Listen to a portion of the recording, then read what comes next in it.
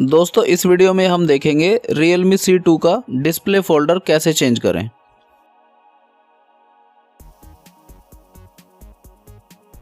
नमस्कार दोस्तों, मेरा नाम है अशोक और आप देख रहे हैं आपका अपना चैनल अशोका टेक। तो चलिए शुरू करते हैं।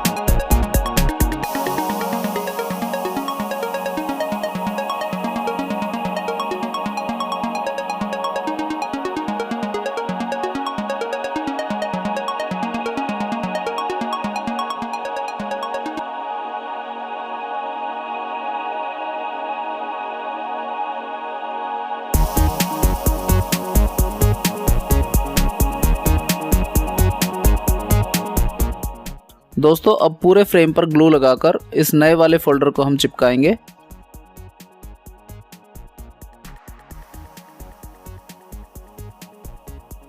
दोस्तों ग्लू लगाने से पहले आप यहाँ पे देख लीजिए, यहाँ से यहाँ तक स्पीकर होता है और इसके बाद यहाँ से यहाँ तक इंफ्रारेड सेंसर होते हैं। तो आपको यहाँ से यहाँ तक ग्लू नहीं लगाना है।